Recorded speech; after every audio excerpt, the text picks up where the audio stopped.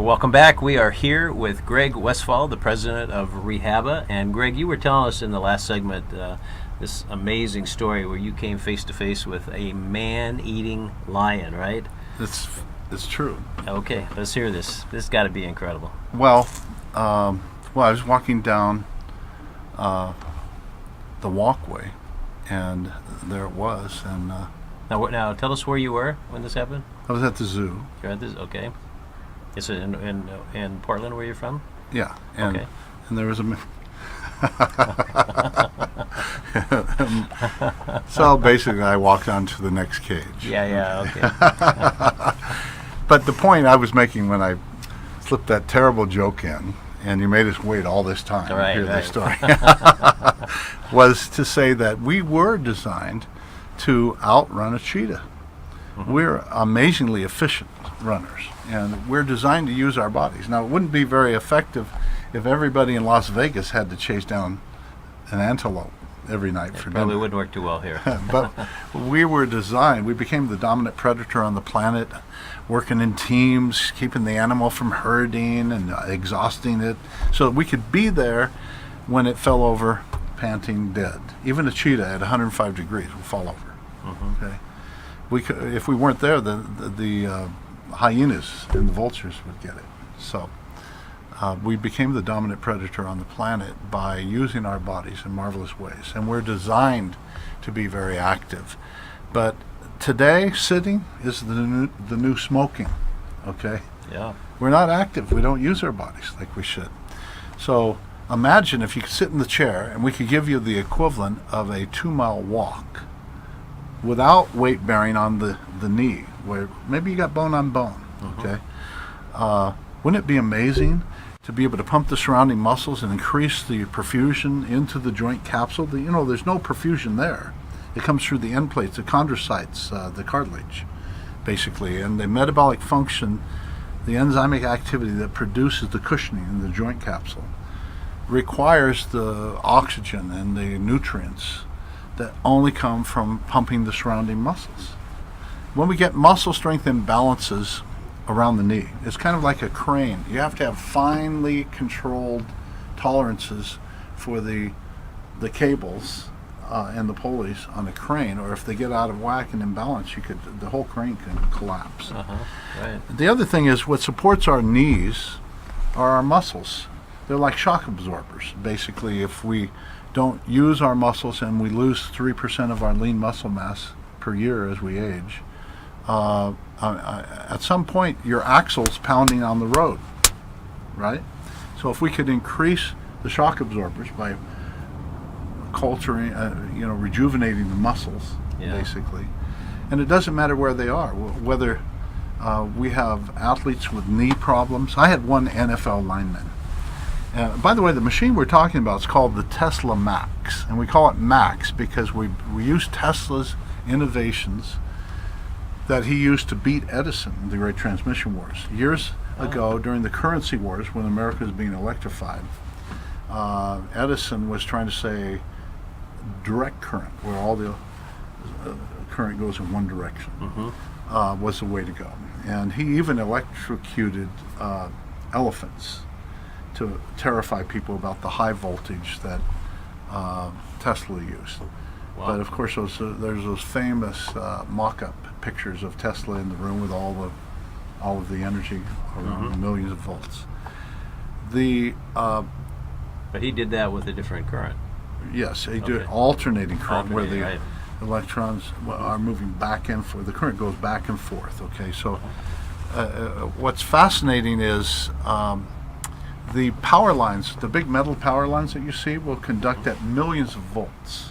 Okay, but Discovery magazine wrote about the Biophysical Journal's research on the electricity inside the human body.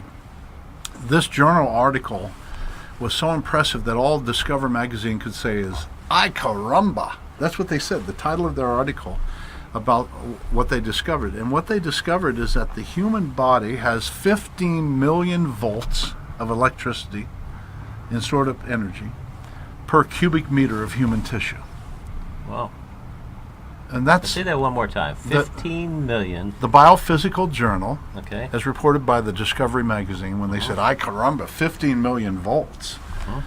The human body has stored up energy of 15 million volts per cubic meter of human goodness. tissue. So we are profoundly powerful. This is at extremely low amperages. We have little energy grids, and every cell has its energy. The cells work with the sodium potassium pump, and the differential helps to bring in nutrients and pump out waste. And when we get sedentary, we gain edema. That's the water, the seawater that floods and washes across our cells. And when water in nature becomes static and stagnant, it becomes toxic. It's like the Dead Sea compared to the Sea of Galilee. Yeah. Okay. So you've heard that analogy. Yes. The Dead Sea holds on to everything. Right. Well, when we don't move our lymph, the sodium, the seawater basically in the lymph, the sodium sucks the potassium out of the cells, and the cells' lights go out. Their energy pump goes out, and they die one at a time. This is why people with neuropathy in the feet and sedentary lifestyle, they get edema, they get some pitting you can push in for 5 seconds and it still leaves sock lines, for example.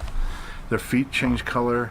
With infrared cameras, we can see the ice cold, dark blue, disappeared feet. You can't even see them on the color map to temperature. And as we treat them, they become bright orange and in the infrared map. Circulation's changing. Yeah. And we see colorization changes, but we have treatment protocols for hips, knees, back pain. Pain is your friend. It's telling you something's wrong. But in our culture, what do? We take pain meds. Cover it up, huh? It's like if there was a fire raging, the firemen show up and they spray the alarm. Yeah. That's Or right. no, worse, they take the batteries out of the alarm while the fire rages. Say, okay, problem's fixed. That's That's our culture. And the problem is the pain meds mess with your mucosal lining of the gut. You know, that's supposed to be a closed system from the mouth to the anus. It's a sewer, basically. Yeah. It's not designed to mix with your bloodstream.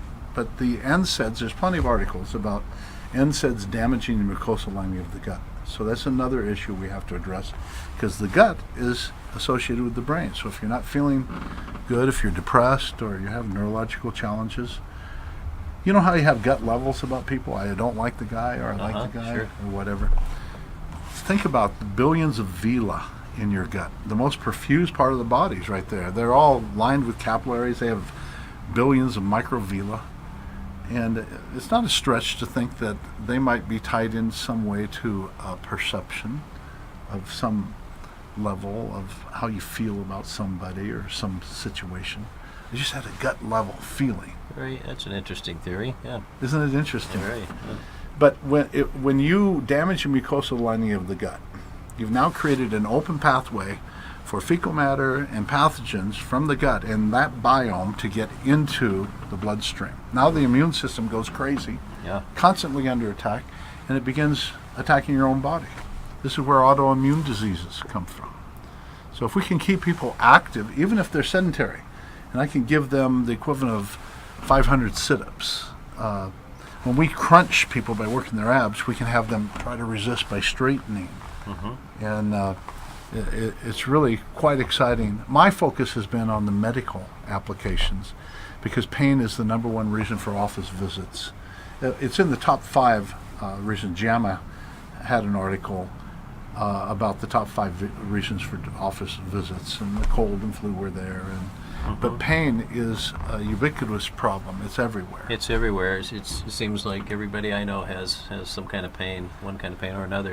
Well, let's talk more about that when we come back, and maybe how we can get this machine and how we can make it work for us. We'll be right back.